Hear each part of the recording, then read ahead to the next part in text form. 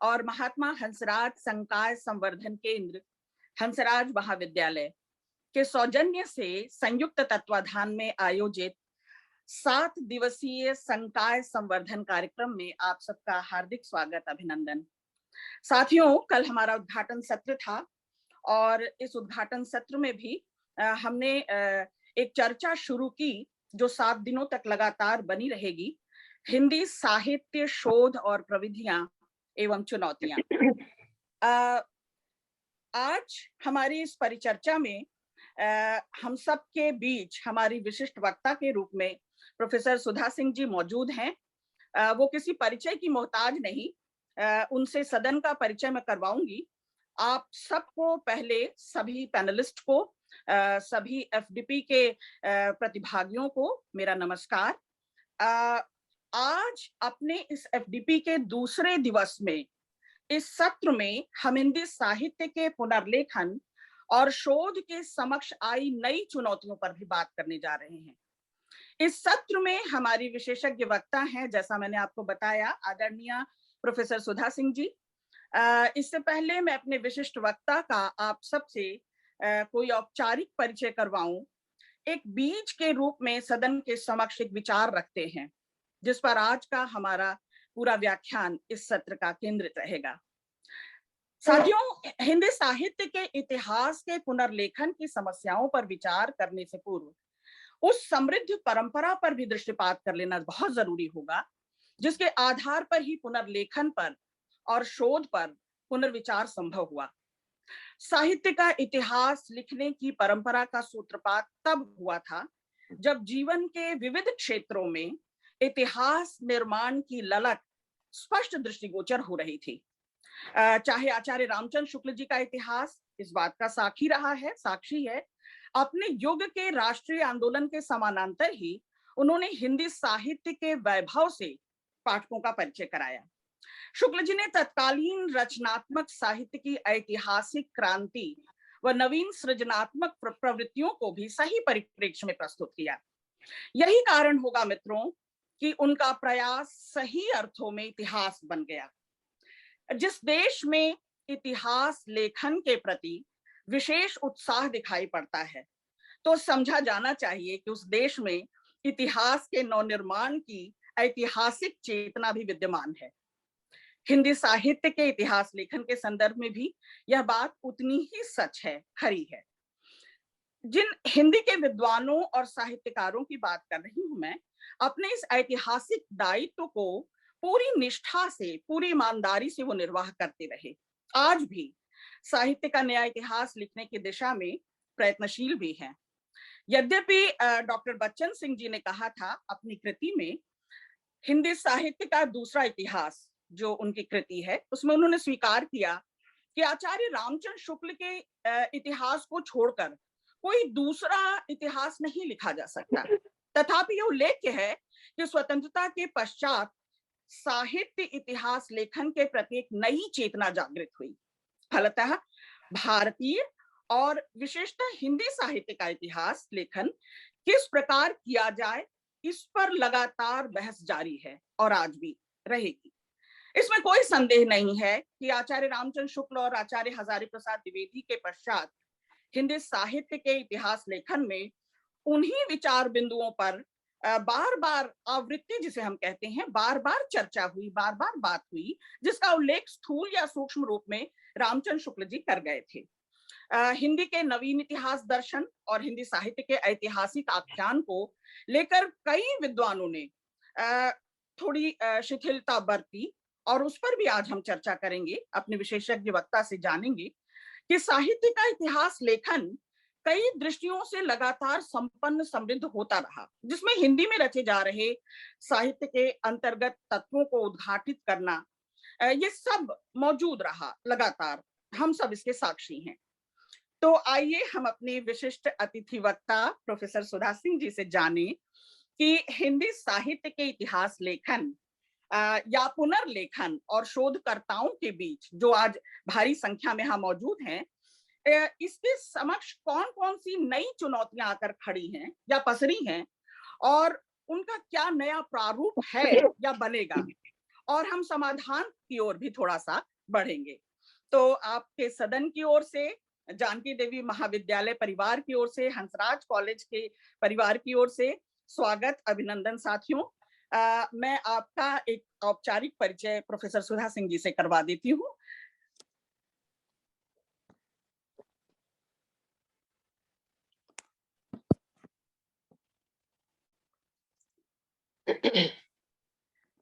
साथियों, दिल्ली विश्वविद्यालय के हिंदी विभाग में प्रोफेसर के पद पर कार्यरत प्रोफेसर सुधा सिंह जी ने बीए, एमए और पीएचडी कोलकाता विश्वविद्यालय से किया। बीए और एमए में प्रोफेसर सुधा सिंह जी ने स्वर्ण पदक भी प्राप्त किया। उन्होंने आधुनिक हिंदी आलोचना और रामविलास शर्मा की आलोचना दृष्टि पर अपना शोध कार्य किया। उनकी पकड़ रशियन भाषा पर भी बेजोड़ रही है, और इसका अंदाजा आप ऐसे लगा सकते हैं कि इन्होंने बाकायदा रशियन भाषा में तुर्कमेनिस्तान के शिक्षा विभाग की तरफ से आयोजित एलिमेंट्री और इंटरमीडिएट परीक्षाएं भी उत्तीर्ण की हैं। प्रोफेसर सुधा सिंह ने अध्यापन कार्य कोलकाता विश्वविद्यालय के श्री शिक्षायतन कॉलेज से 1996 से ही आरंभ कर दिया। उसके बाद लगातार उन्होंने कोलकाता विश्वविद्यालय के Goenka college of commerce and BA government of West Bengal, फिर विश्व भारती विश्वविद्यालय शांति निकेतन में हिंदी में लेक्चरर और फिर बाद में सीनियर लेक्चरर पद पर कार्यरत रही। प्रोफेसर सुधा सिंह का नाता 2004 में दिल्ली विश्वविद्यालय से जुड़ा, हिंदी विभाग से। उन्होंने विजिटिंग प्रोफेसर के तौर पर भी 2010 से 2012 तक तुर्कमेनिस्तान में भी अपनी सेवाएं दी हैं। साहित्य की तमाम उपलब्धियां हो कि इनके साथ प्रोफेसर सुधा सिंह जी की विशेषज्ञता दो विशेष क्षेत्रों में रही है साथियों। पहली मास मीडिया, पत्रकारिता और अनुवाद, और दूसरी स्त्री लेखन पर सामाजिक और सांस्कृतिक विश्लेषक के तौर पर इन्हें देश दुनिया में जाना माना जाता है। और ये हमारे लिए गौरव का विषय है कि ये हमारे हिंदी विभाग में हमारी वरिष्ठ साथी हैं। प्रोफेसर सुधा सिंह की किताबों की लंबी फेहरिस्त है। मैंने जब मैम से मांगा तो मैम ने कहा सुधा ढूंढ लेना, और फिर मैंने बड़ी मेहनत की। तो उस लंबी फेहरिस्त को गिनाने की प्रक्रिया में थोड़ी सी जो बहुत बेहद जरूरी किताबें हैं शोधार्थियों, उनका उल्लेख यहाँ किया जाना चाहिए। 2018 में ई बुक के रूप में ज्ञान का स्त्रीवादी पाठ, सूचना समाज, आधुनिक साहित्य और रामविलास शर्मा। 2017 में अनामिका प्रकाशन से स्त्री संदर्भ में महादेवी। 2012 में ग्रंथ शिल्पी से जनतंत्र, जनमाध्यम और वर्तमान संकट। 2012 में ही अनुदित और संपादित इनकी पुस्तक है सूचना समाज, जिसमें एक परिचय के रूप में आर्मंड मैतिलार्क पर इन्होंने केंद्रित करके ये पुस्तक लिखी है। 2015 में ज्ञान का स्त्रीवादी पाठ, अनामिका प्रकाशन से। अनामिका प्रकाशन से ही 2014 में बुनियादी हिंदी, स्वानिकी और व्याकरण का प्रकाशन इन्होंने करवाया। 2010 में इनकी पुस्तक प्रकाशित हुई मेरा जीवन, रस सुंदरी दासी, जिसे बांग्ला से हिंदी में अनुवाद किया गया था। 2008 में साझा संस्कृति, भारतीय फासीवाद का स्त्री प्रत्युत्तर, जरूरी किताब। 2008 में उनकी एक और पुस्तक आई, भूमंडलीकरण और ग्लोबल मीडिया। इसके अलावा प्रोफेसर सुधा सिंह जी लगातार सक्रिय हैं। सर जगदीश्वर चतुर्वेदी जी के साथ कई पुस्तकों का इनका सह संपादन भी मैंने देखा। उनका उल्लेख आज नहीं कर पा रही हूँ। इनका जो फोकस रहा है, इनकी जो इनका जो विचार रहा है, वो केंद्रित रहा है स्त्री अस्मिता को लेकर, उसकी चुनौतियों को लेकर ये हमेशा चिंतित रही हैं। साहित्य और विचारधारा को प्रमुख तौर पर अपने पुस्तकों में आप सब शोधार्थियों के लिए लेकर आती रही हैं। मैम, आपका बहुत बहुत स्वागत, अभिनंदन। आज के विषय पर, आज की परिचर्चा में अब मंच आपका है, और मैं चाहती हूँ, मैं आमंत्रित करती हूँ अपने कॉलेज, अपनी टीम की ओर से कि आप आएं और अपना विशेष वक्तव्य हम सब शोधार्थियों को दें। बहुत बहुत शुक्रिया। स्वागत मैम। जी, नमस्कार सुधा जी और अन्य साथियों।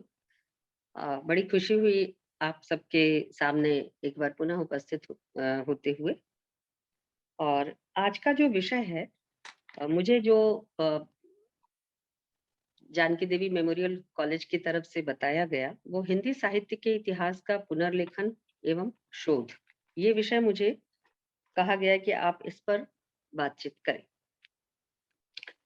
साहित्य इतिहास के पुनर्लेखन पर कोई बात करने के पहले हमें ये चीज जान लेना चाहिए, और शायद हम में से अधिकांश इस बात को जानते भी हैं, कि इतिहास जो है वो केवल घटनाओं का तथ्य संकलन मात्र नहीं होता। अमूमन घटनाओं की यथावत उपस्थिति को इतिहास मान लेने की, या बीता हुआ कल मान लेने की, जो इतिहास का एक दूसरा पर्याय है, एक समझ रही है। लेकिन घटनाओं का यथावत संकलन और जो कुछ हुआ जैसे हुआ उसका बयान इतिहास नहीं है। इतिहास केवल घटनाओं का संकलन न होकर विचारों का भी उसमें समायोजन होता है। और ये भी होता है कि विचार के बिना अगर किसी घटना का बयान संभव नहीं है, तो यह भी उतना ही बड़ा सच है कि घटनाओं की क्रिया प्रतिक्रिया में विचारों का मार्जन और परिमार्जन भी होता चलता है। ये दुतरफा प्रक्रिया है। कोई एक पक्ष की केवल घटना का यथावत विश्लेषण अथवा केवल विचार ही विचार इतिहास का निर्माण नहीं करते। हम हिंदी साहित्य इतिहास के बारे में अगर बात करें, क्योंकि हमारे पास 1 घंटा है, इतिहास जो है, इतिहास लेखन जो है वो घटना और विचारों का सहमेल है। केवल घटना ही इतिहास नहीं है और केवल विचार ही इतिहास नहीं। और कई बार घटनाओं के मध्य, घटनाओं की घटने की जो प्रक्रिया है, प्रोसेस है, इतिहास एक प्रोसेस का नाम भी है, प्रक्रिया का नाम भी है। तो जो प्रोसेस है उसके बीच से विचार का निर्माण होता है, पक्ष विपक्ष तय होते हैं। हमारा कंसर्न एरिया हिंदी साहित्य का इतिहास है, और हिंदी साहित्य का इतिहास का फलक इतना व्यापक है। अगर मैं एकदम आरंभ से शुरुआती जो कोशिशें हैं वहां से शुरू करूं, तो और अब तक एक एक को गिनाऊं, तो वो बहुत लंबा एक सिलसिला बन जाएगा। तो मैंने कुछ इतिहासकारों को, जो साहित्य इतिहासकार हैं, उनको चुना है अपने आज की बातचीत के लिए। और जैसा कि अभी चर्चा हो रही थी कि, और सुधा जी ने कहा कि रामचंद्र शुक्ल का इतिहास जो है वो हमें एक मुकम्मल दृष्टि देता है। ऐसा माना जाता है कि रामचंद्र शुक्ल का इतिहास हमें एक मुकम्मल दृष्टि देता है, और ये सच भी है आंशिक तौर पर, क्योंकि बहुत बाद की जितनी भी कोशिशें हैं और उनके तुरंत बाद की भी जितनी कोशिशें हैं, वो कहीं ना कहीं रामचंद्र शुक्ल के इतिहास से टकराती, उससे बातचीत करती और उसको क्वेश्चन करती हुई ही आगे बढ़ती है। फिर भी रामचंद्र शुक्ल का जो इतिहास और इतिहास में उठाई उठाई गई बहुत सारी समस्याएं हैं, उसको एकदम से खारिज करना, उस ढांचे को खारिज कर पाना हमारे अन्य साहित्य इतिहासकारों के लिए संभव नहीं हो पाया है। और अ, हालांकि कालक्रम के अनुसार, नाम नाम की परिगणना के अनुसार तरह तरह से हमारे यहाँ हिंदी साहित्य में इतिहास आपको मिल जाएंगे, और तो और किसी एक कालखंड को ही आधार बनाकर लिखा हुआ इतिहास भी मिल जाएगा, और किसी एक व्यक्ति विशेष को केंद्रित करके लिखा हुआ इतिहास भी मिलेगा। और इस तरह से इतिहास लेखन की अलग अलग तरह की कोशिशें चली हैं, लेकिन सबकी सबके कंसर्न का, सरोकार का जो बड़ा हिस्सा है वो रामचंद्र शुक्ल का इतिहास है। और उसका कारण भी है कि रामचंद्र शुक्ल जिस तरह से साहित्य इतिहास का ढांचा निर्मित करते हैं और उसमें नामकरण इत्यादि का जो अ, एक पैमाना तय करते हैं, उस पर उसके पक्ष या विपक्ष में बात करते हुए साहित्य इतिहास की जो परवर्ती धाराएं हैं और लेखन है वो विकसित हुई। तो अ, अगर हम ये कहना चाहें कि इतिहास लेखन की जो पहली कोशिशें हैं उनको एक बार छोड़ दें, और दृष्टि के आधार पर, माने साहित्य इतिहास लेखन की जो दृष्टि है केवल घटना साहित्य इतिहास लेखन का आधार न होकर अगर दृष्टि शामिल करके उसमें बात करें तो पहला नाम हमें आचार्य रामचंद्र शुक्ल का ही नजर आता है। और वहाँ वो अ, हजारी प्रसाद द्विवेदी, रामविलास शर्मा और नामवर सिंह इत्यादि को भी जैसे विचार साहित्य इतिहास लेखन और उस पर विचार करने का एक मुद्दा थमाते नजर आते हैं। तो ये ये सारे इतिहासकार यानी साहित्य इतिहासकार कहीं ना कहीं स्वयं आलोचक भी थे। ये चीज हमें नहीं भूलना चाहिए।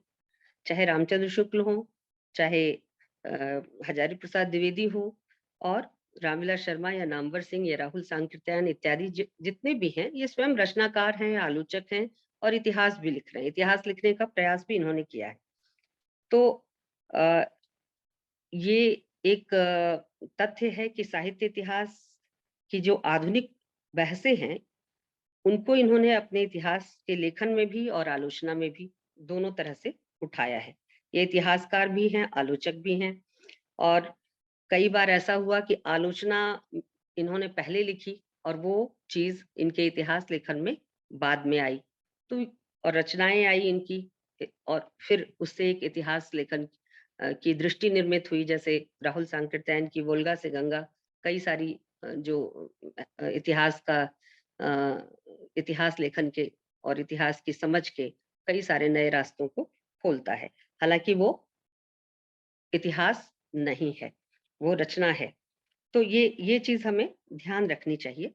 और मैं बात करना चाहूंगी कि शुरुआत में रामचंद्र शुक्ल से ही करना चाहूंगी कि रामचंद्र शुक्ल ने जिस तरह से हिंदी साहित्य का इतिहास लिखा, रचना और रचनाकारों की उसके अंदर एक प्लेसिंग की, उनको उनकी जगह पर स्थापित करने का काम किया। और दिलचस्प तो ये है कि ऐसा जबरदस्त स्थापित किया कि उनको हिलाना उनकी जगह से बहुत मुश्किल रहा। कोशिशें हुई कि तुलसी की जगह कबीर को प्रतिष्ठित कर दिया जाए और कबीर के साथ साथ अन्य जो रचनाकार हैं उनको भी शामिल किया जाए। लेकिन ये बहुत थोड़ी सी दिक्कत वाली कोशिश रही। इतना सहज नहीं रहा कि रामचंद्र शुक्ल द्वारा जो प्लेसिंग की गई थी रचनाकारों की, उसको बड़ी आसानी से कोई हिला पाए, तो मुश्किल रहा। तो रामचंद्र शुक्ल के इतिहास लेखन की ही अगर हम बात करें, तो जिन चीजों को पहले वो चुनते हैं साहित्य इतिहास लेखन के क्रम में, और जो नजरिया है उनका, दृष्टिकोण है उनका, उसमें, और ये दृष्टिकोण उनके पूरे साहित्य इतिहास लेखन में पैबस्त है। हिंदी साहित्य का इतिहास लिखते समय उन्होंने जिन चीजों की खोज की, अगर उसको बहुत संक्षेप में हम बताने का प्रयास करें, तो मुझे लगता है कि सबसे पहली चीज जो रामचंद्र शुक्ल के इतिहास दृष्टि का आधार बनी, वह सामंजस्य थी। यानी विभिन्न पद्धतियों, प्रवृत्तियों, रचनाकारों, घटनाओं के बीच सामंजस्य का स्थापन। दूसरा जो उनके इतिहास लेखन दृष्टि का आधार है और महत्वपूर्ण आधार है, वो है संतुलन। यानी सामंजस्य और संतुलन बनाना रामचंद्र शुक्ल के इतिहास लेखन की अन्यतम विशेषता रही, और ये जरूरी भी था। उस दौर को अगर आप याद करें, जिस समय रामचंद्र शुक्ल अपना इतिहास लिख रहे थे, तो ये एक महत्वपूर्ण समय की महत्वपूर्ण मांग थी कि सामंजस्य और संतुलन को स्थापित करके जितने भी द्वंद्ववादी स्वर हैं, जितने भी कह सकते हैं कि विरोधी स्वर हैं, अथवा जो विसंवादी स्वर हैं, उनको किस तरह से एक लय में, एक संतुलन और सामंजस्य की लय में लाकर रखा जाए और उनके बीच से कोई बात निकाली जाए। तो सामंजस्य और संतुलन स्थापित करने की चेष्टा रामचंद्र शुक्ल के इतिहास लेखन में आदि से अंत तक पैबस्त है। इसी तरह से उनके इतिहास लेखन का एक और महत्वपूर्ण आधार बनता है, वो है सामाजिकता, जिसे रामचंद्र शुक्ल अपनी भाषा में बहुधा लोक मंगल की भावना के साथ नत्थी करके देखते हैं।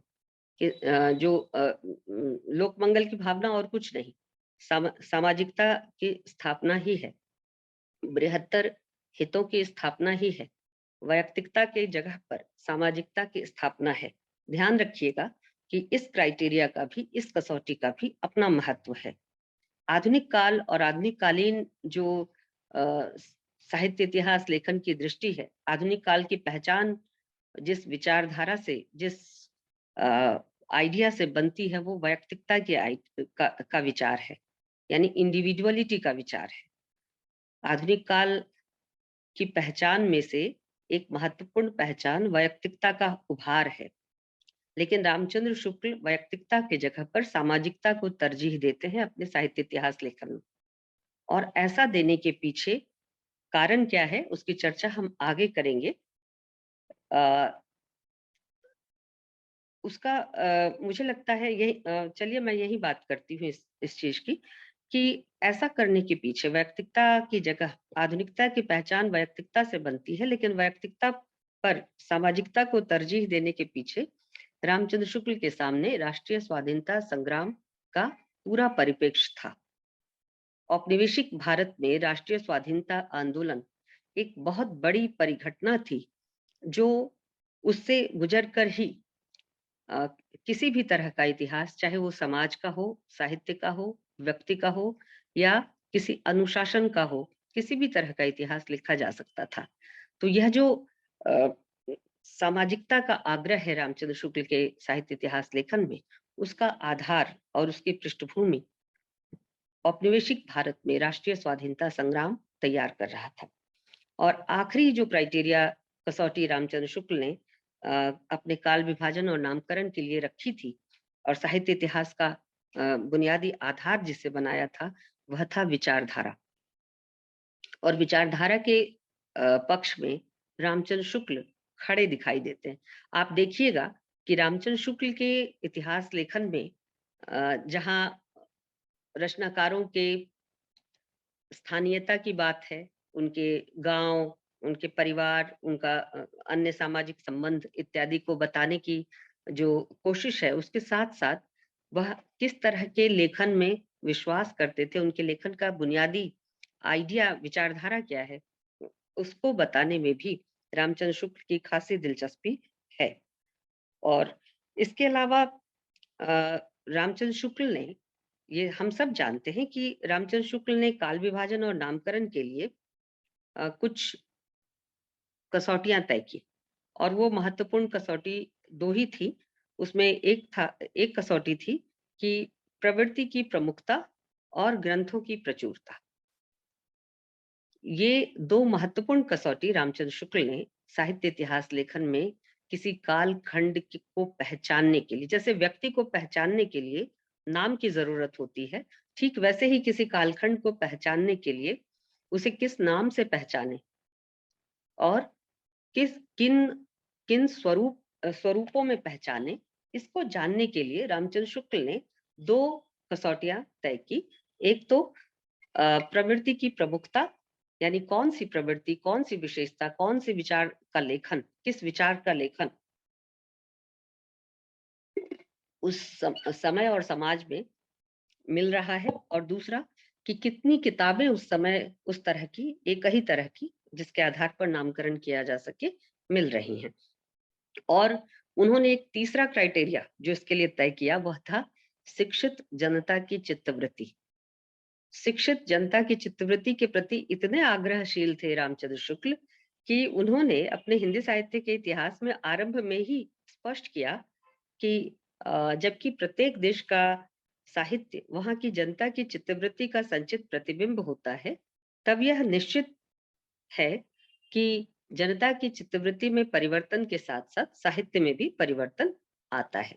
ये उन्होंने अपने साहित्य इतिहास के आरंभ में ही लिखा है। और उन्होंने इस बात पर भी जोर दिया है कि ये जो साहित्य इतिहास है, वो दरअसल क्या है, आदि से अंत तक शिक्षित जनता की इन्हीं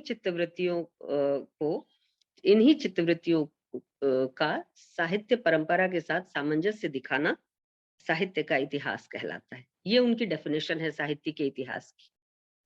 यानी अब इसमें देखिए, ये जो मैं जानबूझकर पहले आपके सामने कसौटियों की बात कर रही हूँ कि एक साहित्य इतिहासकार किन कसौटियों को आधार बनाता है, क्या मानक अपने लिए तय करता है साहित्य इतिहास लेखन का। और वह इतना ठोस और प्रचलित मानक है कि अभी तक, यानी हमारी विद्वान सहकर्मी सुधा जी जब बात कर रही हैं तब भी उन्होंने यही कहा कि रामचंद्र शुक्ल ने जो लिख दिया है वो कितना प्रामाणिक और महत्वपूर्ण है, और वो कितनी समग्रता में हमारे यहाँ साहित्य इतिहास लेखन की एक धारा उनसे विकसित होती है, यानी उनका महत्व आज तक हम स्वीकार करते हैं, उस पर सवाल नहीं उठाते। दिक्कत अ, आगे आती है कसौटियों को समझने के बाद। जब आप चीजों को समझना शुरू करते हैं तब हम सवाल भी उठाने का प्रयास करते हैं। मैं इसलिए पहले रामचंद्र शुक्ल के यहाँ जो मौजूद मौजूद कसौटियां हैं उसकी चर्चा कर रही हूँ। अब ये जो शिक्षित जनता है, आप इसकी अवधारणा पर अगर विचार करें तो जाहिर है कि सभी व्यक्ति शिक्षित नहीं हो सकते, और जब सभी व्यक्ति शिक्षित नहीं हो सकते तो सभी को कलाओं के आस्वादन का अधिकार भी नहीं मिल जाता। ये ठीक है कि हर समय में ऐसी स्थिति रही है कि अ, नाटककार, नाट्य सिद्धांतकार से लेकर काव्य शास्त्र के अंतर्गत भी सहृदय की परिकल्पना पेश की गई है, यानी सामाजिक कैसा हो, रसिक कैसा हो, सहृदय कैसा हो, ये बताया गया है। यानी साहित्य और कला के तमाम रूपों के आस्वादन का अधिकार किसको है, ये बताया गया है। तो ऐसे में रामचंद्र शुक्ल भी अगर अपने साहित्य इतिहास लेखन की कसौटी के लिए शिक्षित जनता को टारगेट करते हैं और उसकी चित्तवृत्तियों के संचित प्रतिबिंब को साहित्य मानते हैं, और उन संचित संचित प्रतिबिंब में परिवर्तन और परिवर्धन की परंपरा को के साथ सामंजस्य बिठाकर चलने को साहित्य इतिहास का नाम देते हैं, तो कोई गलत नहीं करते। लेकिन ये चीज नहीं भूलना चाहिए कि रामचंद्र शुक्ल के इन जो 5-6 क्राइटेरिया हैं साहित्य इतिहास लेखन का, जिनका संक्षेप में मैंने जिक्र किया, ये साहित्य इतिहास लेखन के मानक या कसौटियां अंततः एक्सक्लूजन वादी हैं, यानी बहिष्करण मूलक हैं। इसमें जनता और शिक्षित जनता का भेद मौजूद है, और रामचंद्र शुक्ल ने ये एक्सक्लूजन किया भी है, ये अंतर किया भी है। उन्होंने बहुत सारे कवियों को जो अत्यंत महत्वपूर्ण हैं और अपने उनका सामाजिक संदर्भ शिक्षित नहीं था, उनकी वाणी अटपटी थी, तो रामचंद्र शुक्ल के यहाँ उनको वरीयता नहीं मिली। कबीर को स्वीकार न कर पाने के पीछे यही एक बड़ा कारण रहा। इसके अलावा अन्य कारण हो सकते हैं, लेकिन ये एक महत्वपूर्ण कारण है कि उन्होंने कबीर की वाणी को लेकर और नाथ सिद्धों के बारे में जिस तरह की टिप्पणियां लिखी, उसमें शिक्षित अशिक्षित वाला भेद साफ साफ देखा जा सकता है। और जो उन्होंने हिंदी साहित्य का इतिहास लिखा, हिंदी शब्द सागर की भूमिका के तौर पर, उसमें भी उन्होंने शुरुआत में ही लिखा कि 5 या 6 वर्ष हुए, छात्रों के उपयोग के लिए मैंने कुछ संक्षिप्त नोट्स तैयार किए थे, जिनमें परिस्थिति के अनुसार शिक्षित जनसमूह की बदलती हुई प्रवृत्तियों को लक्ष्य करके हिंदी साहित्य के इतिहास के काल विभाग और रचना की भिन्न भिन्न शाखाओं के निरूपण का एक कच्चा ढांचा बनाया गया था। और जब विद्यार्थी के लिए साहित्य इतिहास लिखा जा रहा है, शिक्षित जनता के चित्तवृत्तियों को लक्ष्य करके साहित्य इतिहास लिखा जा रहा है, तो जाहिर है कि उसमें बहिष्करण और बाहर ठेल दिए जाने की एक चेतना मौजूद है। और शुक्ल जी के यहाँ ये शब्द शिक्षित जनता, भोली भाली जनता, सामान्य जनता इतनी बार आया है उनके साहित्य इतिहास लेखन में। अगर आप गौर करें तो उन्होंने नाथ सिद्धों या और कबीर के बारे में लिखते हुए लिखा है कि इन्होंने अपनी अटपटी वानियों से भोली भाली जनता को बहलाकर अपनी तरफ कर लिया, कुछ इस तरह के वाक्य उनके साहित्य इतिहास में हैं। ये 3 टर्म्स हैं, शिक्षित जनता, सामान्य जनता और भोली-भाली जनता। शुक्ल जी के यहाँ खूब इसका इस्तेमाल है। और इसमें देखिए कि एक्सक्लूड कौन होता है। साहित्य इतिहास जब हम लिखते हैं तो उसमें इंक्लूजन का सवाल जितना महत्वपूर्ण है, उतना ही एक्सक्लूजन का सवाल भी महत्वपूर्ण है। छूटता क्या है और वो छूटा हुआ क्या इतना महत्वपूर्ण है कि उस पर दोबारा बात की जाए, अथवा वो ओझल कर देने लायक है। तो यहाँ गौर कीजिए कि शुक्ल जी के साहित्य इतिहास में जिस शिक्षित जनता को शामिल किया गया और व्यापक संख्या में, बड़ी संख्या में ऐसी जनता जो शिक्षित नहीं है, भोली-भाली और सामान्य जनता है, उसको बाहर कर दिया गया। तो उस भोली-भाली और सामान्य जनता में और कितने लोग शामिल हो सकते हैं? शिक्षा का अधिकार अगर स्त्रियों के साथ जोड़ के देखा जाए, अगर दलितों के साथ, अल्पसंख्यकों के साथ जोड़कर देखा जाए, तो आपको समझ में आएगा कि शिक्षित होने का होने की जो शर्त रामचंद्र शुक्ल साहित्य इतिहास के अंतर्गत शामिल किए जाने के लिए रख रहे हैं, वो कितनी कठिन शर्त थी। और रामचंद्र शुक्ल का इतिहास अगर वो सर्व संग्रहवादी नहीं है, तो और उसके पीछे कोई विचारधारा, कोई आइडिया, जैसा कि रामचंद्र शुक्ल स्वयं अन्य रचनाकारों के बारे में बात करते हुए कहते हैं और इन कसौटियों का प्रयोग करते हैं, प्रयोग किया गया है, तो वह विचारधारा और वो विचार क्या है? वो एक्सक्लूजन का है या इंक्लूजन का है? यहाँ देखे जाने की ज़रूरत है और सवाल उठाए जाने की ज़रूरत है कि इतिहास में शामिल किए जाने और इतिहास में छोड़ दिए जाने की जो प्रक्रिया है, वो इतनी भी निर्दोष प्रक्रिया नहीं है। और इसी अर्थ में रामचंद्र शुक्ल के इतिहास के संदर्भ में अभी जितने आइडेंटिटी के सवाल से जुड़ी हुई जुड़े हुए जिन समुदायों का अस्तित्व आया है सामने, उनका लिखा हुआ, उनके विचार साहित्य इतिहास लेखन की दिशा को प्रभावित करने वाले नहीं रहे, क्योंकि वो एक्सक्लूड कर दिए गए, शामिल ही नहीं किए गए, उन पर बात ही नहीं की गई।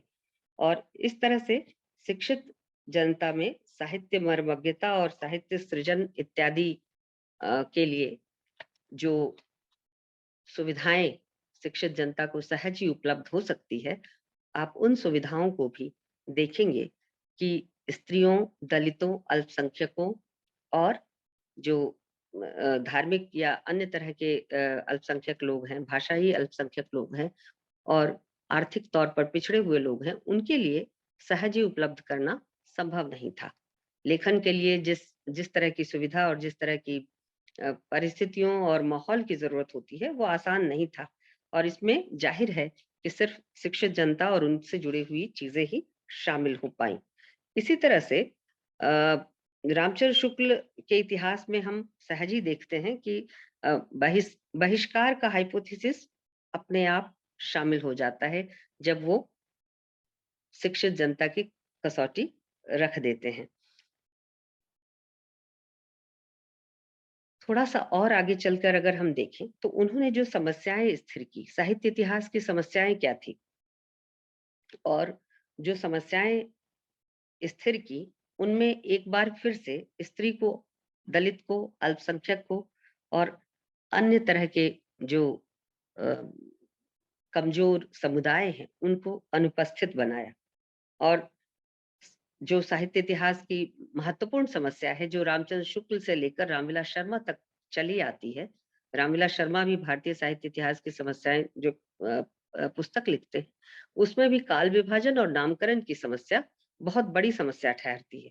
और ये समस्या चली आ रही है रामचंद्र शुक्ल के तरफ से। और उन स्त्रियों की जो काल विभाजन और नामकरण की समस्या को स्थिर किया, उसमें उन्होंने 2 चीज़ों को प्रमुखता दी, ग्रंथों की प्रचुरता और प्रवृत्ति, जिसकी चर्चा हम पहले कर आए हैं। लेकिन ध्यान रखिए कि ये 2 क्राइटेरिया यानी ग्रंथों की प्रचुरता और प्रवृत्ति, ये 2 यानी एक ही तरह की प्रवृत्ति की कई रचना और ढेर सारी रचनाओं का उपलब्ध होना। तो ये जो क्राइटेरिया उन्होंने बनाया, इसमें अ, स्त्रियों का लिखा हुआ ढेर सारी मात्रा में मिलना, दलितों का लिखा हुआ ढेर सारी मात्रा में मिलना और अन्य तरह के अल्पसंख्यकों का लिखा हुआ ढेर सारी मात्रा में मिलना संभव नहीं था, क्योंकि इनको बुनियादी सुविधाएं ही समाज में हासिल नहीं थी। तो ऐसे में एक्सक्लूजन का यह जो काल विभाजन और नामकरण का मानक तैयार किया गया, यह भी अपने आप में एक्सक्लूजन या बहिष्करण का एक बहुत बड़ा साधन बना। उन्होंने दूसरी जो कसौटी तय की थी, जिसकी चर्चा हमने की, वह सामंजस्य और संतुलन की। और सामंजस्य और संतुलन के क्रम में उन्होंने कहा कि यह जो सामंजस्य समाज में रहने वाली शिक्षित जनता की रुचियों और अ, परिवर्तन, घटनाओं में हो रहे, समाज में हो रहे जो परिवर्तन हैं और शिक्षित जनता की रुचियां हैं, उनके बीच संतुलन। संतुलन कहाँ? समाज में घट रही घटनाओं और शिक्षित जनता की रुचियों में जो परिवर्तन आ रहा है उसके अनुसार, उसमें संतुलन बिठाने की बात की। तो इसमें भी हम देखते हैं कि रामचंद्र शुक्ल के परसेप्शन में, उनके दिल दिमाग पर शिक्षित जनता और उनकी अभिरुचियां, उनके विचार ही हावी रहे। और देखेंगे कि संतुलन की बात करते हुए किस तरह से रामचंद्र शुक्ल असंतुलित फ्रेमवर्क वाले तमाम स्वरों को अपने साहित्य इतिहास से बाहर कर देते हैं। और साहित्य इतिहास में बहस किस बात पर होती है? तुलसी महान है कि कबीर, सूर बड़े हैं या कोई और, देव बड़े हैं या बिहारी। तो और बाद में जितने इतिहास ग्रंथ लिखे गए, यानी हजारी प्रसाद द्विवेदी का तुरंत बाद ही लिखा गया, उसमें भी जो बातचीत चल रही है और कबीर को जिस तरह से उन्होंने एक अलग पुस्तक लिखकर स्थापित किया, हिंदी साहित्य का आदिकाल, उद्भव, विकास और भूमिका के अलावा, उसमें उन्होंने कबीर को प्रतिष्ठित करने की कोशिश की। और ये धारणा उसके पीछे काम कर रही थी कि रामचंद्र शुक्ल ने चूंकि कबीर को उपेक्षित किया, तो कबीर की साहित्यिक प्रतिष्ठा करना, जो प्रगतिशील और मानवतावादी आलोचना का पक्ष है, उसके लिए आवश्यक है। लेकिन ये इस तरह की बहसों से कि कबीर बड़े या तुलसी, सूर बड़े या कोई और, देव बड़े या बिहारी, इन तमाम बहसों से निकल क्या रहा है? जो चीज निकल रही है, क्या वो हाशिए के उपेक्षित लोगों को या फिर ऐसे लोगों को जो बहुसंख्यक जनता है उसको शामिल करने की तरफ जाती है, या सिर्फ टोकनिज्म के तौर पर कुछ रचनाकारों को प्रतिष्ठित करके बात खत्म कर दी जाती है और इतिहास को ज्यादा न्याय संगत और ज्यादा मानवीय केवल ऊपर से कॉस्मेटिक तरीके से कर कर छोड़ दिया जाता है? तो हम देखेंगे कि कबीर की प्रतिष्ठा करने के बावजूद भी जो हमारा साहित्य इतिहास लेखन है, आचार्य हजारी प्रसाद द्विवेदी से आगे तक का, शुक्ल जी और द्विवेदी जी और उसके बाद तक का भी, वह इतिहास लेखन, मुख्य धारा का जो इतिहास लेखन है, वह सबको अपने भीतर लेकर नहीं चल रहा। कुछ महत्वपूर्ण प्रवृत्तियों को, घटनाओं को और विचारों को वह प्रमुखता दे रहा है। और इसलिए आप किसी भी इतिहास पुस्तक को उठा जाइए, उसमें बहुत बुनियादी फर्क नजर नहीं आएगा जो एक इतिहास लेखन की दृष्टि को दूसरे इतिहास लेखन की दृष्टि से अलगा रहा। उसमें बस थोड़ा सा खाना पूर्ति या संतुलन बिठाने की वही चेष्टा जिसको क्राइटेरिया के तौर पर रामचंद्र शुक्ल ने अपने इतिहास लेखन में रखा था, लगभग वही संतुलन और सामंजस्य बिठाने की चेष्टा दूसरे इतिहासकार करते दिखाई देते हैं। तो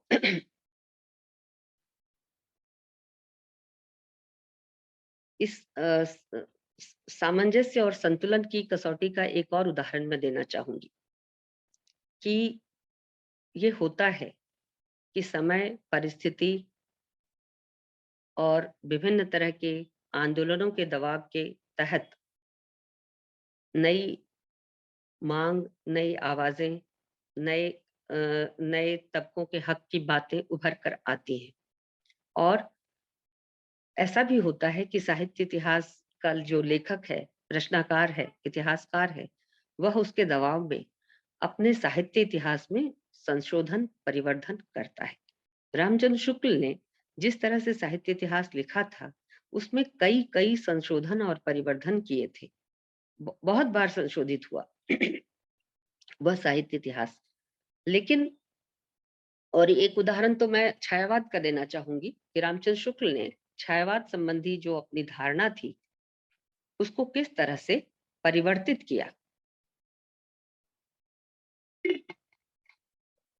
शुरू में तो छायावाद को वो खारिज ही कर रहे थे, उसकी रहस्यवादिता और अन्य चीजों की आलोचना करते हुए। लेकिन बाद में उसकी लाक्षणिकता और उसका जो भाषा सौंदर्य है, उसके आधार पर उन्होंने छायावाद को स्वीकार किया।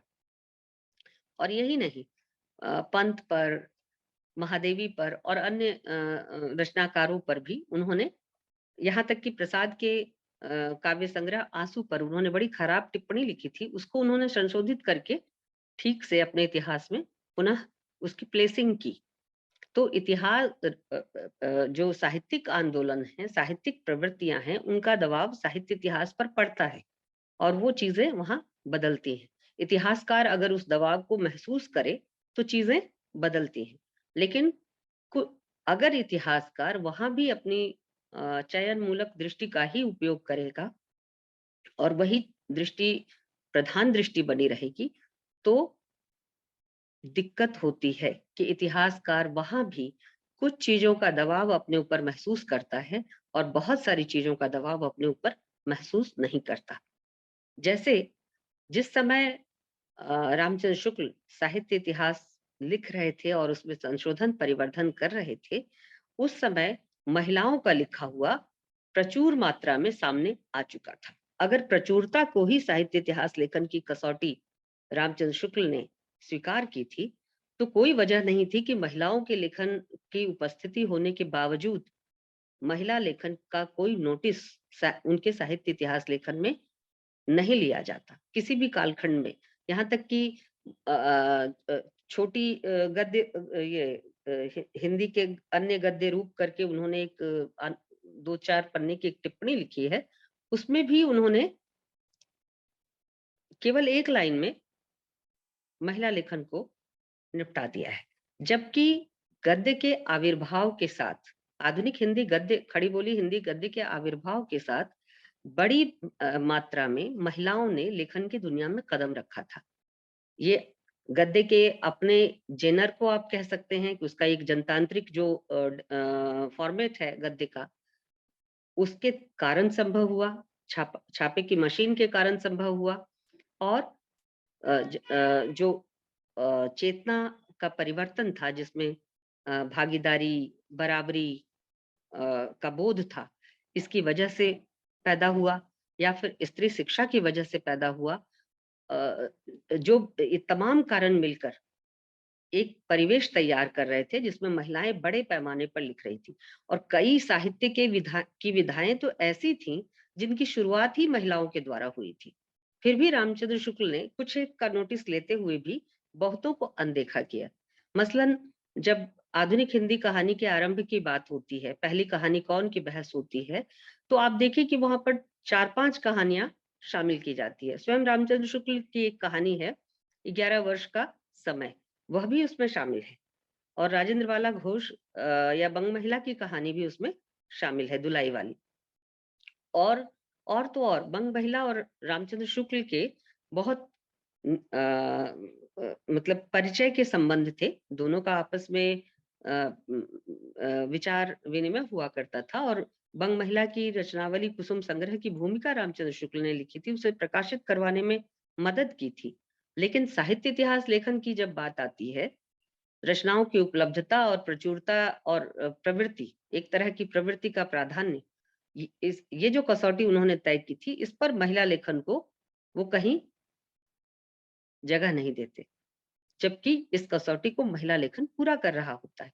स्त्रियों के काव्य संग्रह आ रहे हैं, स्त्रियों का कथा संग्रह आ रहा है, स्त्रियों के लिखे उपन्यास आ रहे थे, लेकिन रामचंद्र शुक्ल के यहाँ ये चीज नदारद है। साहित्य इतिहास लेखन में ये चीज नदारद है।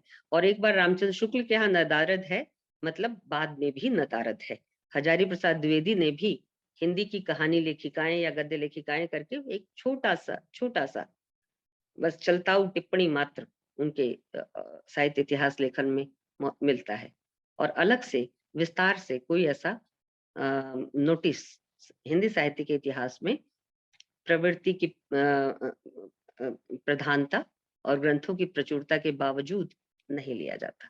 जबकि उसी दौर में आधुनिक हिंदी साहित्य की अगर हम बात करें, किस कालखंड को खोलने की आप बात करते हैं, हम आधुनिक कालखंड में चले जाएं, मध्यकाल में चले जाएं, आदिकाल में चले जाएं, तीनों ही जगहों पर अगर आप देखें, यानी साहित्य इतिहास लेखन का जो ढर्रा है, जो आधुनिक काल में आरंभ हुआ, साहित्य इतिहास लेखन के प्रयास आधुनिक काल में ही आरंभ हुए। और आधुनिक काल में खड़े होकर जब हम आदिकाल, मध्यकाल और आधुनिक काल को, यानी अपने समसामयिक काल को विवेचित करते हैं, तो दृष्टि हमारी वही है जो आधुनिक काल में अपने समकालीन रचनाकार और महिला लेखी स्त्री जो रचनाकार हैं उनके प्रति है। वही दृष्टिकोण आदिकाल में भी है और वही दृष्टिकोण मध्यकाल के संदर्भ में भी है।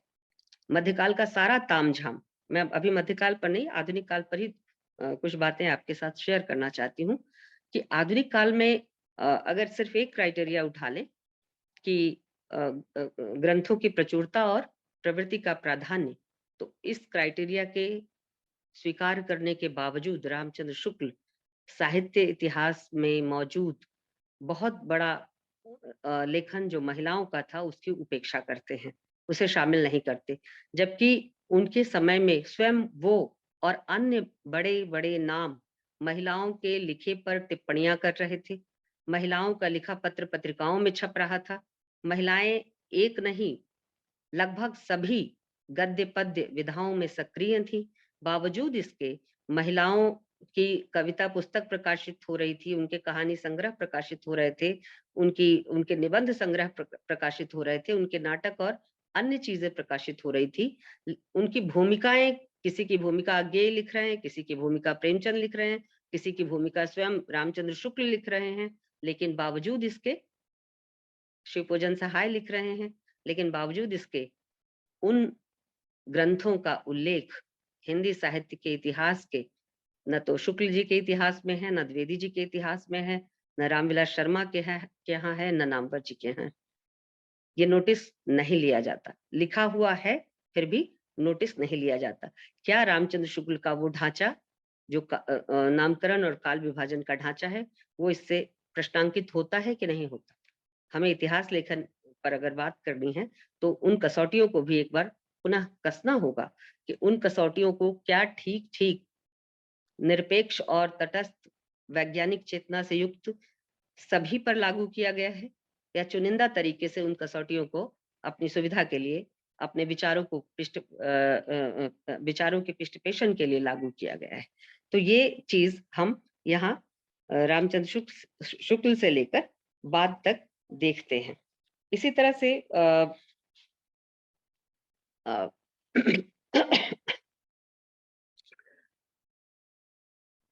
अगर हम छायावाद के संदर्भ में रामचंद्र शुक्ल की बात करें, क्योंकि छायावाद एक ऐसा प्रिय कालखंड है जो लगभग सभी रचनाकारों को, आलोचकों को पसंद है। आज भी अगर किसी से आप कहें, पूछें आपकी प्रिय कवि कौन है, खास करके शुरुआती दौर में जब हम अपने युवा काल में और किशोरावस्था में रहते हैं, तो हमें छायावाद बहुत प्रिय लगता है। और मैंने रामविलास शर्मा जी से पूछा था, मेरा काम रामविलास जी पर ही है, तो पीएचडी जब मैंने उन पर पूरी की तो मैं उनसे मिलने गई और मैंने उनसे पूछा, बातचीत 2-3 घंटे चली, तो बातचीत में ही हमने उनसे पूछा कि सर आपके प्रिय कवि कौन है? तो उन्होंने निर्विवाद तरीके से कहा, निराला। यानी प्रिय कवियों की श्रेणी में, प्रिय रचनाकारों की श्रेणी में, और आप जो, हम सब जो आज एक दूसरे से बातचीत कर रहे हैं, हम सब भी अगर पूछें एक अपने मन से कि हमारे प्रिय लेखक लेखिका कौन है, तो शायद 70% से ज्यादा लोगों का जवाब छायावाद और उसके इर्द गिर्द के रचनाकार होंगे। है ना, किसी को बच्चन, किसी को प्रसाद, किसी को निराला, किसी को महादेवी का गद्य या पद्य पसंद हो सकता है। और ये एक कालखंड की स्वीकार्यता के लिए, एक कालखंड की लोकप्रियता को पहचानने के लिए सबसे बड़ा पैमाना है। तो इस छायावाद के संदर्भ में मैं जिक्र कर चुकी हूँ कि किस तरह से छायावादी जो रचनाशीलता है उसके दबाव से प्रभावित होकर रामचंद्र शुक्ल ने छायावाद के संबंध में अपनी राय अपने साहित्य इतिहास के भीतर बदली थी। लेकिन यह राय जो इतनी बार संशोधित, परिवर्धित संस्करणों में बदल बदल कर सामने आई, छायावाद के भीतर जो कवित्री हैं महादेवी वर्मा, उनका मूल्यांकन वो किस तरह और किन शब्दों में करते हैं, और ये ढर्रा सिर्फ महादेवी के लिए नहीं है। भक्तिकाल के संदर्भ में जब वो मीरा के लिए बात करते हैं तो वहां भी इसी तरह की शब्दावली का प्रयोग करते हैं। मैं उसका जिक्र करूंगी। पहले मैं आपके सामने महादेवी के संदर्भ में जो वो कह रहे हैं उसकी बात करूं। यानी एक तरफ रचनाकार की अपनी साउंडनेस, उसका अपना ज्ञान, उसका अपना रचनात्मक दबाव और उसका अपना जो लेखन की परिपक्वता है वह इतना जबरदस्त है कि महादेवी के लिए रामचंद्र शुक्ल को कहना पड़ा कि छायावाद का केवल पहला अर्थात मूल अर्थ लेकर तो हिंदी काव्य क्षेत्र में चलने वाली थी वो महादेवी वर्मा ही है। ये रामचंद्र शुक्ल को मानना पड़ा और उन्होंने कहा कि पंत, प्रसाद, निराला इत्यादि और सब कवि प्रतीक पद्धति या चित्र भाषा शैली की दृष्टि से ही छायावादी कहलाए। यानी छायावाद का किसी काल खंड को अगर प्रवृत्त्यात्मक तौर पर पहचान दिलाने वाली कोई कवित्री है तो वो महादेवी है। इस बात को रामचंद्र शुक्ल स्वीकार करते हैं। और बाकी जो अन्य रचनाकार हैं छायावाद के भीतर के, उनके लिए उन्होंने कहा कि वो तो केवल प्रतीक पद्धति या चित्रभाषा शैली की दृष्टि से ही छायावादी कहलाए जा सकते हैं, अन्यथा छायावाद की जो मूल भावना है उसको लेकर चलने वाली एकमात्र महादेवी है। ये स्वीकार करने में रामचंद्र शुक्ल को परहेज नहीं। ये ठीक वैसा ही है जैसे घनानंद के लिए उन्होंने कहा कि घनानंद तो साक्षात रसमूर्ति है, लेकिन बावजूद इसके घनानंद को विश्लेषित कहाँ किया? फुटकल कवियों में, रीतिकाल के फुटकल कवियों में।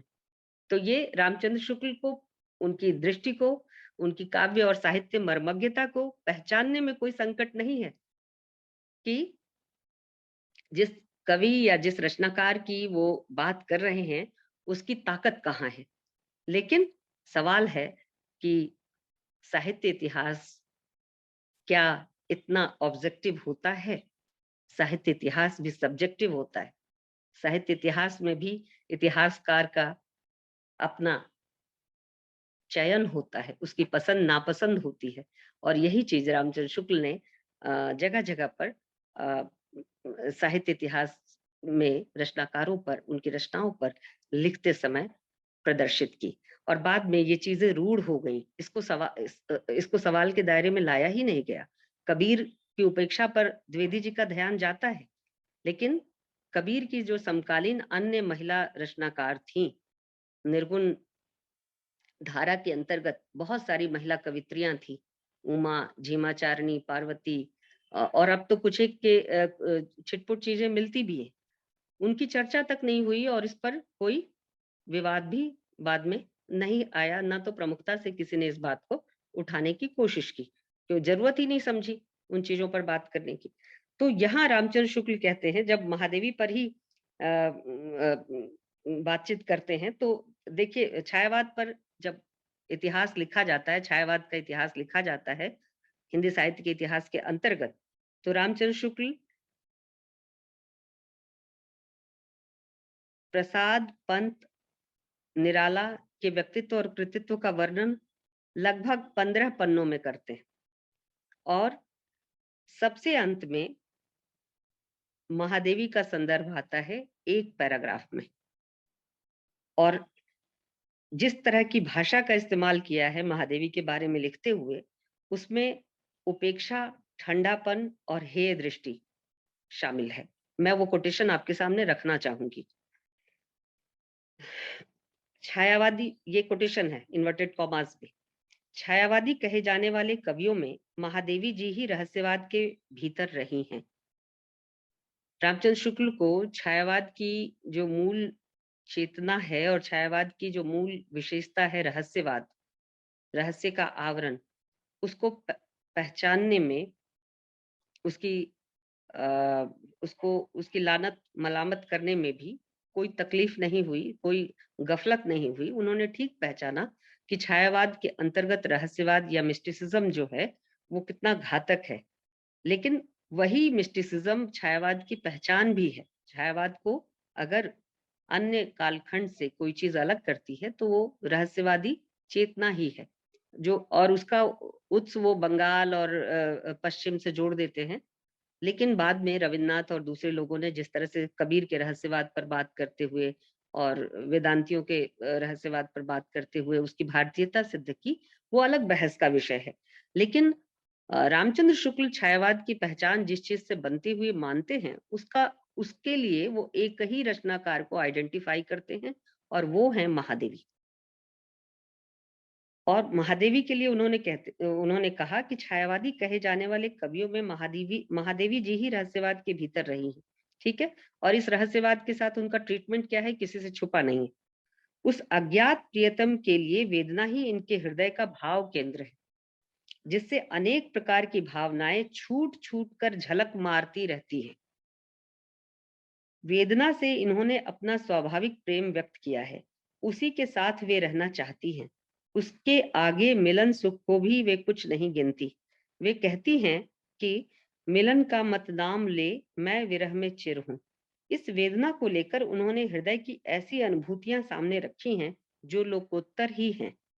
कहाँ तक वे वास्तविक अनुभूतियां हैं और कहाँ तक अनुभूतियों की रमणीय कल्पना है, यह नहीं कहा जा सकता।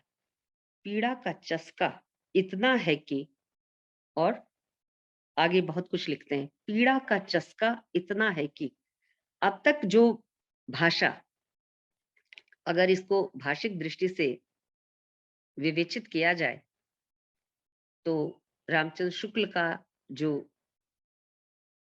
दृष्टिकोण है, उनका जो आक्रोश है और उनकी दृष्टि में निहित जो हेय भावना है, वो छिपी नहीं है। पीड़ा का चस्का, चस्का शब्द का प्रयोग वो अपने किसी प्रिय रचनाकार के लिए नहीं करते। ये चस्का उन्होंने महादेवी के लिए प्रयोग में बरता है। तो इसी तरह से मीरा के बारे में बात करते वो कहते हैं, वो तो कृष्ण के प्रेम में बावली थी। अब बावला या बावली शब्द स्थानीय भाषा का शब्द है, ठीक है। लेकिन रामचंद्र शुक्ल जिस प्रदेश से आते हैं वहां बावला शब्द उस अर्थ में प्रयोग नहीं होता। वहां बावले का अर्थ है उन्मादी या अपने सेंस में, अपने ज्ञान में मतलब अस्थिर है। वह अपने सेंस में नहीं है। बावला वो है जो स्थिरमती नहीं। अब क्या मीरा स्थिरमती नहीं थी? कृष्ण के प्रेम में वो बावली थी, ठीक है। लेकिन अगर बावले का अर्थ जिस तरह से भाषा में डिनोट होता है, उसको अगर आप खोलें तो बावला किसी को कहना कोई सम्मान सूचक शब्द तो नहीं है।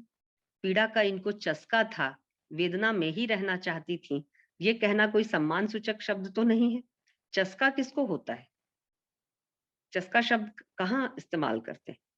तो आप समझ सकते हैं कि महादेवी को लेकर और उनकी रचनाओं को लेकर मीरा के संदर्भ में या अन्य जो जिनको इन्होंने कह सकते हैं कि जिनके लिखे का इन्होंने खंडन किया है, जिनके साथ इनका मन नहीं मिलता, जिसे समर्थन नहीं करते, जैसे कबीर के बारे में, नाथ सिद्धों के बारे में, उनके लिए इस तरह की एक हेय ध्वनि वाली भाषा का इस्तेमाल किया है। तो ऐसे में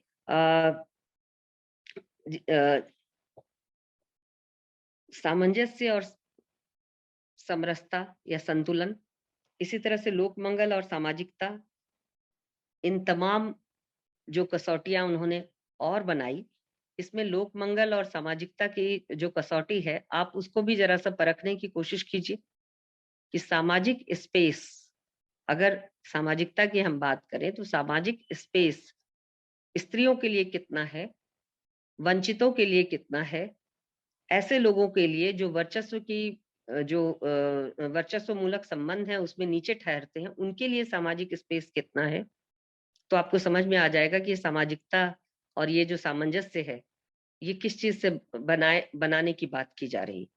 सामंजस्य विरुद्धों का सामंजस्य है। अद्भुत टर्म का यूज किया है रामचंद्र शुक्ल ने कि विरुद्धों का सामंजस्य है। तो विरुद्धों के सामंजस्य विरुद्ध किस समाज में पैदा होते हैं। और एक और भी दिलचस्प चीज है जो मुझे याद आ रही है, वो करुणा की बात करते हैं, लोक मंगल और करुणा की बात करते हैं। बार बार लोक मंगल की साधनावस्था, सिद्धावस्था, तमाम चीजें बताते हैं और वो करुणा का जिक्र बार बार करते हैं। ध्यान रखिएगा, करुणा किस समाज में आदर्श हो सकती है। करुणा उसी समाज में आदर्श हो सकती है जहां गैर बराबरी हो, जहां दूसरे के अधिकारों का हनन हो, आप किसी के अधिकार को नाजायज तरीके से हथियाए हुए हो। वहीं एक तबका करुणा करने लायक और एक तबका करुणा का विषय बनता है। अन्यथा बराबरी वाले समाज में, समता मूलक समाज में, जहां समान अधिकार की वकालत की जाती हो, उसका व्यवहार किया जाता हो, ऐसे समाज में करुणा की बहुत समाज उपयोगी भूमिका बचती नहीं है।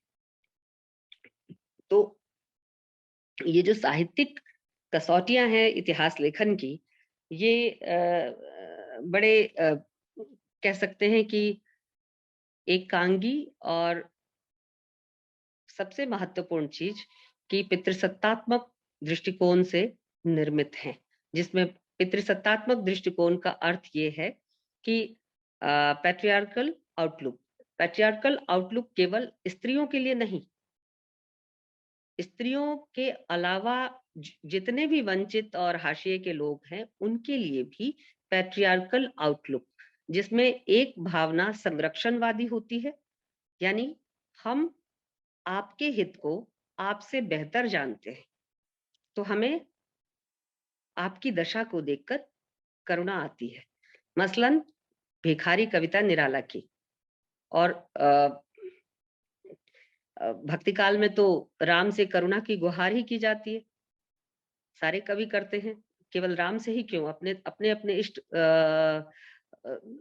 देव से वो करुणा की गुहार करते हैं कि करुणा करो और मुझ जैसे अधम पापी को उबारो। तुम्हारे नाम लेने से गणिका और अजामिल तर जाते हैं, तो मैं तो तुम्हारा भक्त ही हूँ, मुझ पर करुणा करो। और जब राम नहीं सुनते तो सीता या पार्वती से आग्रह किया जाता है कि कबहुक अम्ब अवसर पाई मेरो सुधी ध्यायबो, और इस तरह से आगे है ये पंक्ति। तो हे माँ, कभी अवसर मिले तो मेरी सुधी राम को दिलाना कि एक अधम पापी उनका भक्त धरती पर है जिसके उद्धार की उनको चिंता करनी है।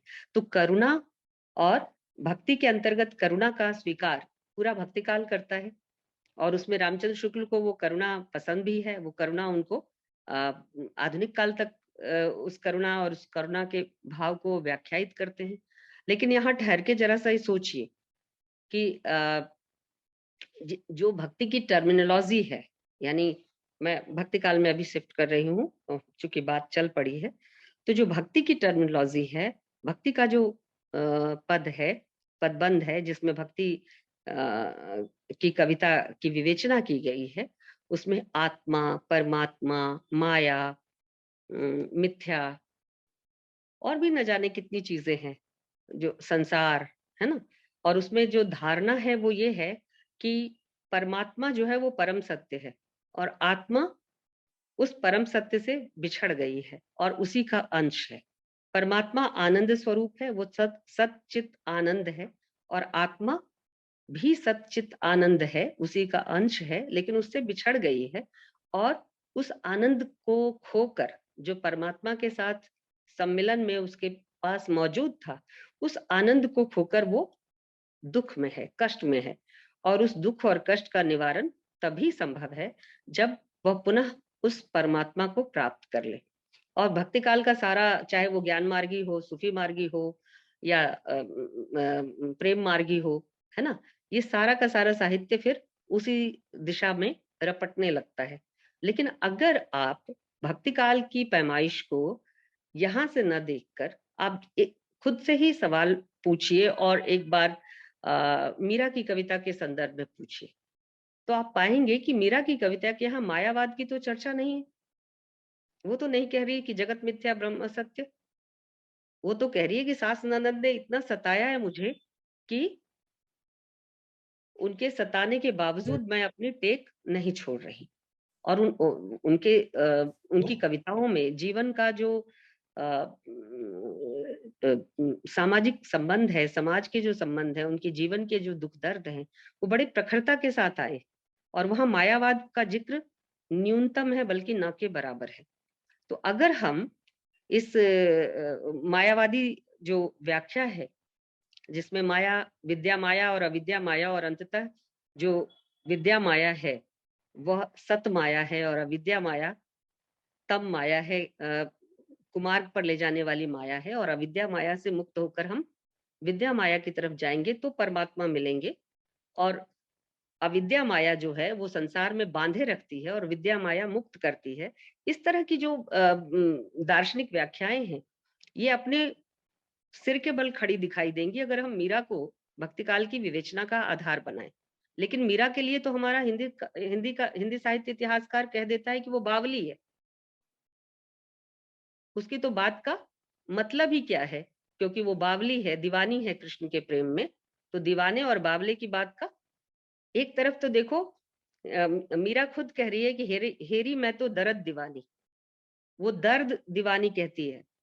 और दर्द से अगर कोई दीवाना होता है तो उसके दीवानेपन का वो अर्थ नहीं है जो कबीर की उन्मन अवस्था का है। ये बुनियादी फर्क है और इसको बिना सिंपैथी के, बिना सहानुभूतिपूर्ण इतिहास लेखन दृष्टि के नहीं समझ सकते, जो कि हमारे साहित्य इतिहासकारों ने गलती की है। और वो साधारण गलती नहीं है, असाधारण गलती है। और उस गलती को जैसे एक एक बार नहीं की गई, बार बार की गई। किसके इतिहास की बात करें हम? रामचंद्र शुक्ल को छोड़िए, हजारी प्रसाद द्विवेदी तो मानवतावादी इतिहासकार ही थे, प्रगतिशील आउटलुक था उनका। कबीर को प्रतिष्ठित किया उन्होंने तुलसी की जगह, लेकिन उनको भी स्त्री रचनाकारों की याद नहीं आई, आधुनिक काल तक याद नहीं आई। भक्ति काल में कुछ नाम गिनाए, मीरा और महादेवी गिनाना, स्त्री रचनाकार को गिनाना नहीं, क्योंकि ये दो आइकॉनिक नाम है। लेकिन अन्य बहुत सारी रचनाकार वहां मौजूद हैं जिनकी रचनाएं मिलती हैं। तुलसीदास याद रहेंगे, रत्नावली याद नहीं रहेगी। क्यों नहीं रहेगी? रत्नावली की भी तो रचनाएं मिलती हैं। ये तो वही दृष्टि हुई कि कालिदास की रचनाओं पर बात करेंगे और तिलोत्तमा केवल किंवदंती बनकर रहेगी। तो ये कैसे संभव है? साहित्य इतिहास लेखन में जितना महत्वपूर्ण है उपलब्ध तथ्यों की व्याख्या, उतना ही महत्वपूर्ण है नए तथ्यों की खोज। नए तथ्यों की खोज के लिए काशी नागरी प्रचारणी सभा की स्थापना की गई, अनंत लुप्त प्राय ग्रंथ खोजे गए, ग्रंथों की कई कई टीकाएं खोजी गई, उसमें उसके क्षेपक भी रहे, बहुत सारी उसमें असुविधाएं रही, लेकिन फिर भी उन असुविधाओं में विरुद्धों का सामंजस्य बिठाने की कोशिश की गई। यानी कोई एक तार्किक, एक विवेकपूर्ण नजरिया उसमें से निकालने की और कोई एक बात उसमें स्थापित करने लायक खोज ली गई। लेकिन स्त्रियों के ग्रंथों की खोज का कोई ऐसा प्रकल्प नहीं उठाया गया, नहीं किया गया। जबकि राजस्थान में जो पुस्तकालय हैं, पुराने पुस्तकालय हैं, कलकत्ते के पुराने पुस्तकालय हैं, वहां पर स्त्रियों का लिखा हुआ और निजी संग्रहालयों में, राजाओं के संग्रहालय में रानियों का लिखा हुआ और सामंतों के द्वारा सहेजी गई जो पुस्तकालय है, उनमें रानियों का लिखा हुआ और भी महत्वपूर्ण रचनाकारों का लिखा हुआ मिलता है। और ऐसा नहीं है कि महिलाएं आदिकाल में नहीं लिख रही थी या भक्ति काल में नहीं लिख रही थी, वो आधुनिक काल में ही लिखने लगी, ऐसा भी नहीं है। ये जरूर हुआ कि गद्य के आरंभ के कारण और खास करके कथा साहित्य के प्रचुर मात्रा में लिखे जाने के कारण महिलाओं की आमद आधुनिक काल में लेखन के क्षेत्र में बड़ी संख्या में दिखाई देती है। लेकिन महिलाएं उसके पहले भी लिखती थी। उन ग्रंथों को खोजने की कोशिश तो काशी नागरी प्रचारणी सभा के द्वारा नहीं की गई। उनके उनके यहाँ से छपी हुई कुछ किताबें हैं जिसमें 100-200 साल में जो कुछ लुप्त प्राय है उनकी एक जानकारी दी गई है। उसमें भी महिलाओं, मैंने पूरी किताब ढूंढ डाली, आधुनिक काल के कुछ, मैं नाम अभी भूल रही हूँ, उसमें रचनाकारों के नाम बताए गए हैं, उनके बारे में मामूली जानकारियां हैं कि इनकी भी कुछ मिलती है, इनका भी कुछ मिलता है, लेकिन उसमें महिलाओं के नाम पर सिर्फ एक महिला रचनाकार का नाम दर्ज है। ऐसा होता है क्या? आधी आबादी में आपको एक महिला रचनाकार मिले, वो भी 17वीं 18वीं शताब्दी के लुप्तप्राय रचनाओं पर बात कर रहे हैं आप तब। तो इससे जुड़ा एक सवाल और उठता है इतिहास का, और इतिहास लेखन के सामने आने वाली चुनौती का, वो है संरक्षण का। वह समाज जो अपनी कह सकते हैं कि जो अपने रचनाकारों की के लिखे हुए चीजों का संरक्षण न कर सके, उसको संरक्षण के लायक न समझे, वो समाज किस तरह का होगा? और उसका स्त्रियों के प्रति, दलितों के प्रति, अल्पसंख्यकों के प्रति, उनके लिखे और जिए के प्रति क्या नजरिया होगा? वो दिखाई देता है। संरक्षण का सवाल महत्वपूर्ण सवाल है स्त्री लेखन के संदर्भ में। संरक्षण का सवाल महत्वपूर्ण सवाल है दलित और अल्पसंख्यक के लेखन के संदर्भ में। लेकिन इस संरक्षण का जो पक्ष है, वह मुख्य धारा के लेखन के लिए अहम नहीं बनकर उभरता। उनकी विशेष, क्यों नहीं ऐसा हो सकता था कि विशेष अनुदान दिया जाता महिलाओं, दलितों, अल्पसंख्यकों और हाशिए के लोगों के लिखे हुए को खोजने और उनको संकलित संवर्धित करने के लिए? जब इतने करोड़ों अरबों के ग्रांट दिए जाते हैं आजादी के बाद, क्या ये संभव नहीं था कि हम अपने विदुषियों के, अपने पूर्वजाओं के, अपने हाशिए के रचनाकारों के लिखे को खोजने का प्रयत्न करते? या हमने मान लिया था कि स्त्री के लेखन में कुछ ऐसा होता ही नहीं है जिसे संरक्षित किया जाए, या स्त्री के अलावा जो अन्य हाशिए के लोग हैं वो कलात्मक दृष्टि से इतने शून्य हैं कि उनके लिखे को संरक्षित करने की भी कोई खास जरूरत नहीं है?